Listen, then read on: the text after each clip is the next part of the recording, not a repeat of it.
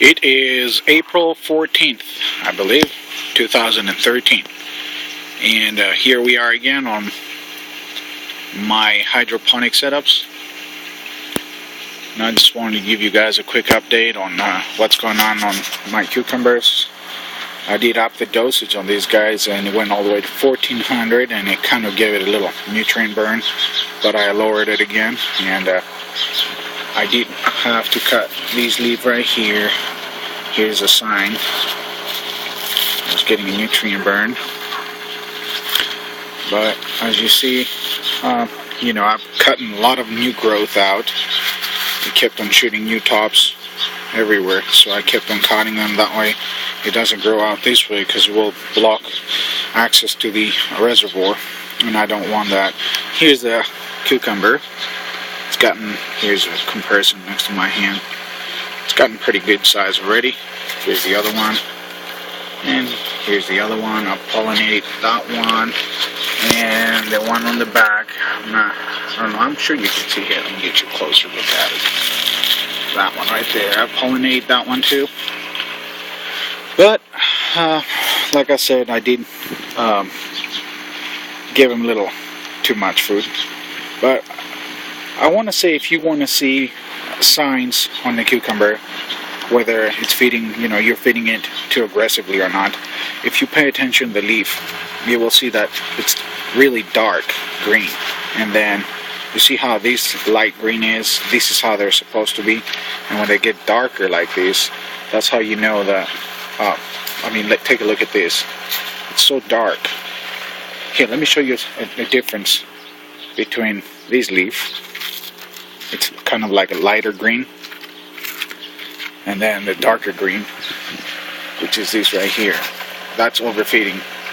It won't kill the plant, but if you overfeed it way too much on what it can take, it'll cause these yellowing on the edges, which is nutrient burn, I guess.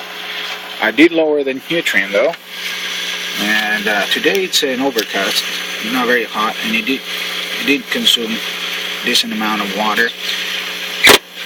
Well, here's the thing. If you're planning on growing cucumbers on this little reservoir, which is the Aerogarden resi, it requires a little extra work and more caution, because they drink a lot of water, especially now these two plants. These things are about 3-4 feet tall, and they are loaded with new cucumbers everywhere.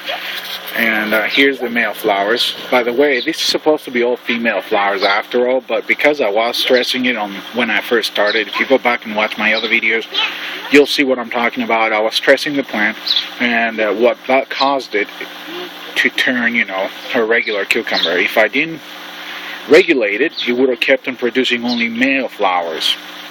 But because I fixed the problem that I was running in, it started producing females. And I did pollinate, like I said, these guys with the male pollen. So therefore, these plants right here should have seeds in them. And then, like I said though, this reservoir is kind of small for what I'm doing. You need to keep, an eye open for this guy. You got to every day at least check it once, check the pH. Make sure the nutrients not more than, I want to say, 1100 to 1200 tops.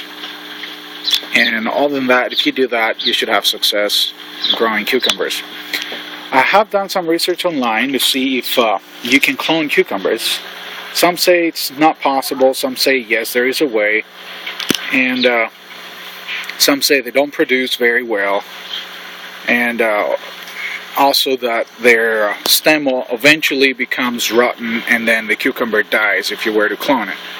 Now, just to, shed some light on this issue, I have cloned a cucumber, and it did take root, and the cucumber looks fine. I have it inside. When the time comes and I bring it out here, you will guys see it. That yes, it is possible to clone a cucumber. Now the question is, will it produce cucumbers, or will it be as productive as the mother plant? I do not know that yet, but I will be doing the research, and hopefully you guys stay with me and learn alongside. But anyways, let's move on from the cucumbers now to the watermelons and tomato. These guys, they were having some yellowing on the edges. I'm not sure if I said that before, which is their sign of deficiency. The yellowing you'll see here, it's a different yellowing than this right here. This one is more like a brownish yellow. This one is like a bright yellow.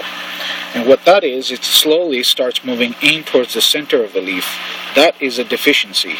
Usually iron, magnesium, and calcium will prevent that from happening. And if you're using the general hydroponic nutrient, once you use some of the, I believe it's a micro, I'm not sure, but if you do have the bottles, check on the back and see what nutrients are in it and how much of the percentage.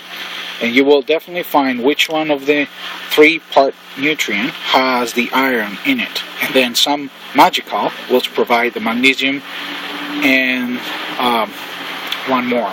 I can't remember it right now out of my head. Anyways, so rooting, it's doing okay. The tomato, it's fairly new. It's about 4 days. It's been in there for the past 4 days or so, but it has been taking place. The rooting has been taking place, so it hasn't been growing very much. It has taken off though. It's growing. The only problem is I'm not sure if the nutrient dosages between these two plants are acceptable for both of them. I know tomatoes, I've read online, because I've done a lot of research on hydroponics before I started doing hydroponics, and I've been, researching about each plant I try to grow, what it requires. I know cucumbers require, watermelons, they require 5.8 pH, and tomatoes can handle the same pH, so therefore I thought, I'll go for it. But on the other hand, the parts per million on tomatoes, it's up to 2,500 parts per million.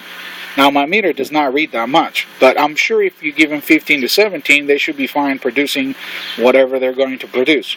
Perhaps not aggressively, but they will keep up, growing and producing food. I'm sure better than, soil will. The cucumbers, the watermelons on the other hand, I know they're close to 14, 15. So therefore I'm not going to go anything over 1,450 parts per million. Right now my reservoir has 550 because of the cucumbers are so young. If they weren't, watermelon, I keep on doing that. But anyways, the watermelons. But if it wasn't for the watermelons, I probably kept the reservoir around 800 parts per million. Just, the tomato looks mature enough to handle that much. But once it reaches about this big, I'm sure it'll be able to handle the 1,200 parts per million. Now, I'm not sure about the watermelons. So that's for that system. Everything is doing good. Now I'm trying to control the yellowing. I'm getting deficiency, and we'll see how that goes.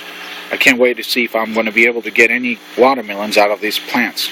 I did grow some tomatoes in the past, but my fruit was turning black on the very bottom of it, which is fruit rot is what I found out the sickness is, and that's caused by iron deficiency. If you're growing tomatoes and your tomato gets a black spot right on the bottom of it, of the fruit, that's a fruit rot, and that's caused by the iron.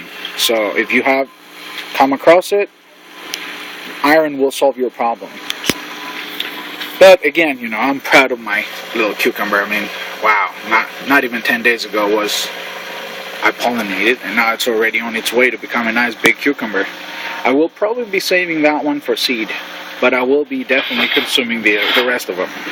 Now for the lettuce, they're doing okay. They're growing finally. They've snapped out of it. I lowered the nutrient. I had it around 650, and I've lowered it to 520 right now, and they seem to be doing okay. Let me give you a close-up on the lettuce. As you see, they did get some nutrient burn on the edge. Here's the confusion. What happens, most of the people, they see the yellowing, they think it's deficiency. No, it's not, because if you notice there's a brown spot that starts to happen right there, that's the nutrient yellowing, and then it burns. That's how you know that it's not a nutrient deficiency, but it's a nutrient burn. And as you go further down, you'll see that one started the same process, and this one started the same process, and they all did, because I did start feeding them a little more than what they can handle. And here's that one too. And then we go to the little midget. Finally, he's reaching the height of the clay pellets. And then we got this guy and this guy. My reservoir, I keep on checking it daily, all of my reservoirs, making sure my pH stays what I need it. For this guy, I keep it at 6 pH, and my parts per million, like I said, are 520 right now. For that guy right there, I keep my pH at 6.4. I mean 6.3 to 6.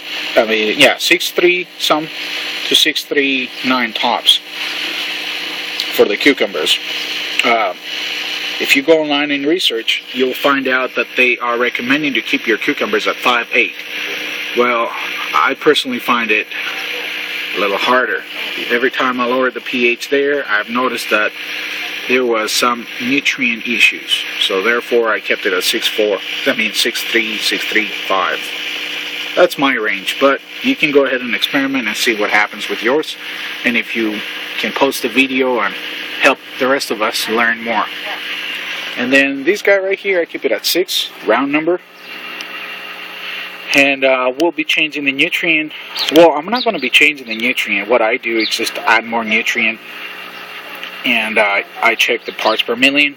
And if I'm happy with what I get, then I leave it there or add more water, you know, or extract some nutrient and add water if I need to lower the parts per million. So, and that's that. So anyways, thanks for watching again, and I think I passed the 10 minutes. I'll see you next time.